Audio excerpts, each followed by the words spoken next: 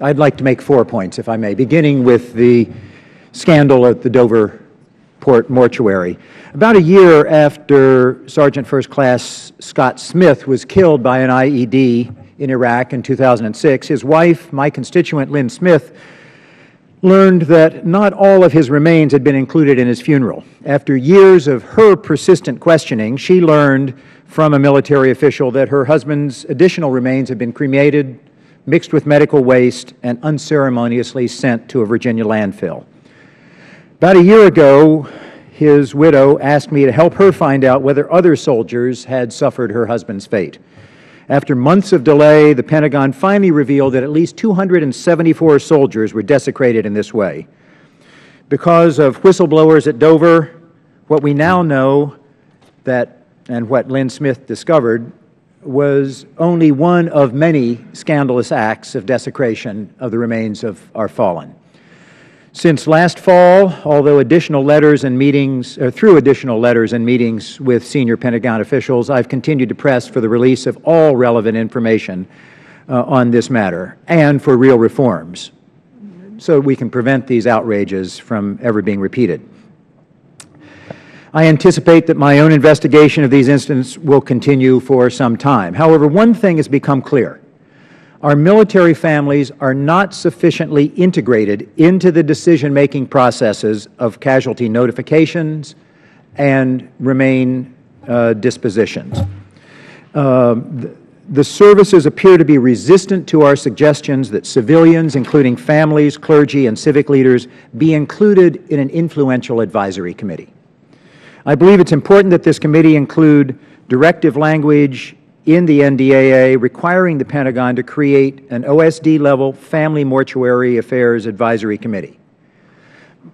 Multiple military reviews over the last decade gave ample opportunity for these practices at Dover to be exposed, to be challenged, to be stopped. They clearly were inconsistent with public standards of morality and decency. But they were not stopped.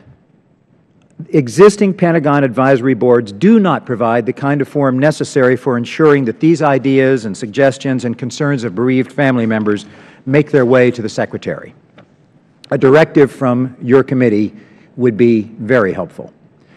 I also asked the committee to conduct an aggressive probing oversight investigation of what happened at Dover. We now know the panel chaired by General Abizaid did not conduct nearly as comprehensive an examination of the problems at Dover as the situation warrants.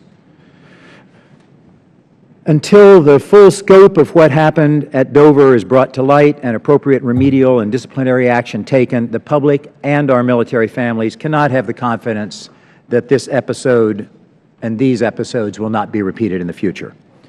Second, I'd like to revisit an issue that we've discussed before and that is on all of our minds, and that's the epidemic of suicide among our service members and veterans. I want to thank you and my other colleagues for their support, for your support in last year's Defense and Military Affairs and Construction Appropriations bills, each of which contained $20 million in increased funding for suicide prevention. Besides conducting oversight to ensure that the funds are spent effectively, another oversight task, I think, requires urgent attention.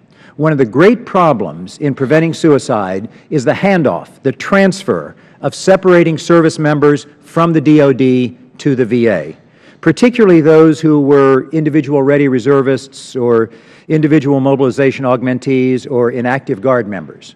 The veterans in these three categories are unknown to the VA.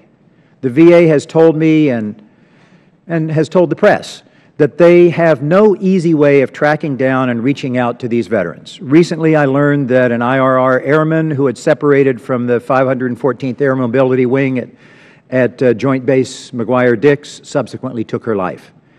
It is exactly those kinds of service members and veterans about whom I'm most concerned.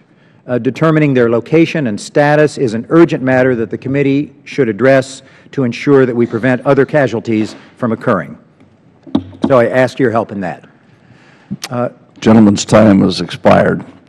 If you could give us the other items that you wanted for the record, we will for sure look into I appreciate these, that. I'd into like these to talk items. about the National Foreign Language Coordination Council and about, finally, about the constitutional matter of indefinite detention of American citizens. I thank you very much for your time and would be happy to work with you on all of these issues. Thank you very much.